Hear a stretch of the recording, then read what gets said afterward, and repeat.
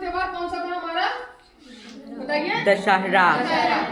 तो दशहरा देखने में थोड़ा बहुत लार्ज स्केल में मनाते हैं ना, लार्ज खूब धूमधाम से बहुत ज्यादा होता है।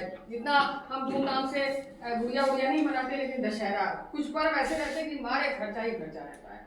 और खूब सारे जो है चीजें हमारे यहाँ धूमधाम मचा रहता है। ठीक है, जैसे भी दुर्गा जी की पूजा होती है इस टाइम पे, दुर्गा जी की देखो त्रिशूल अस्त्र शस्त्र से लैस आती हैं और असुरों का संहार करती हैं, यानी बुराई का संहार करती हैं।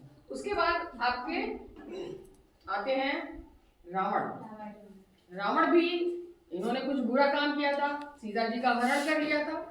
रामचंद्र जी कह रहे थे भाई कि आप मेरी पत्नी को वापस कर दीजिए, लेकिन रावण नहीं मान रहा था और फाइनली युद्ध हुआ। रामचंद्र जी को हम लोग आदर्श पुरुष रूप में मानते हैं कि उनके अंदर कोई बुराई।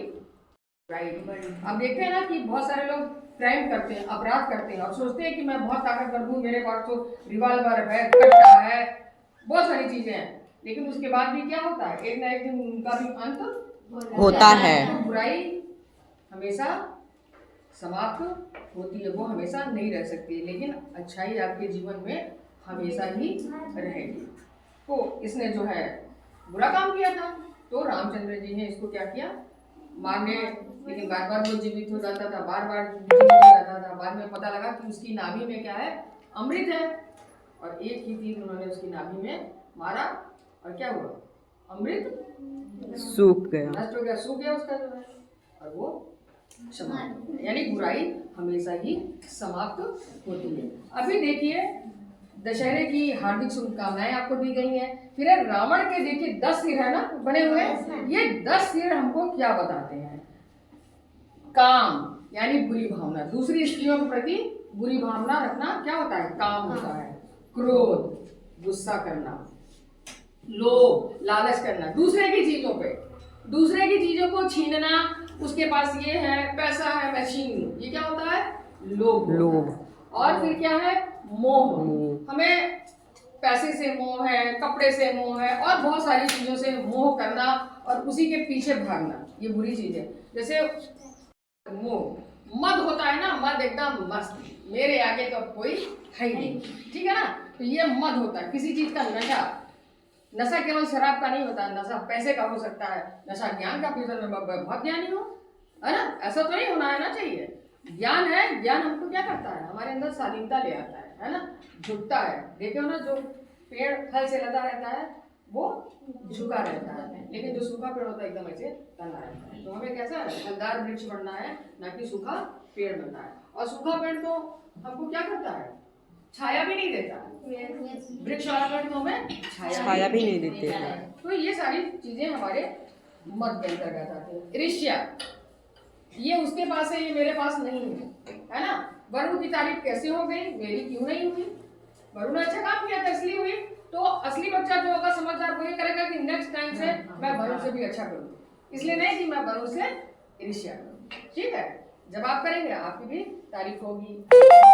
अहंकार भी एक तरीके का भ्रम में रहना कि मुझे तो बहुत आता है। कई बच्चे ऐसे हैं कि भ्रम में रहते हैं कि मुझे बहुत आता है और वो पढ़ाई लिखाई नहीं करते हैं। या कभी कभी बच्चा, जैसे वो खरगोश वाली स्टोरी है ना, कि खरगोश को ये हो गया था कि मैं ही जीतूंगा, यानी उनको अपनी जीत हासिल करने का भ्रम हो गया था, और वो उसी में सो गए और कछुआ जो था बाजी मार गया। गाना भी लोग गाते हैं ना, यस मैम, कछुआ बाजी मार गया।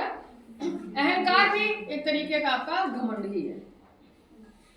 द्वेष, किसी से ईर्ष्या करना, ये भी द्वेष का ही रूप है। और अज्ञानता तो जान लो सबसे बड़ा, जब हमको कुछ मालूम ही नहीं रहता कि क्या सही और क्या गलत है, तो हमारे अंदर ये सारे अवगुण आएंगे। तो इसीलिए शिक्षा सबसे ज्यादा महत्वपूर्ण है। मीना मंच का भी उद्देश्य है बालक बालिकाओं दोनों को शिक्षा प्राप्त करना। जैसे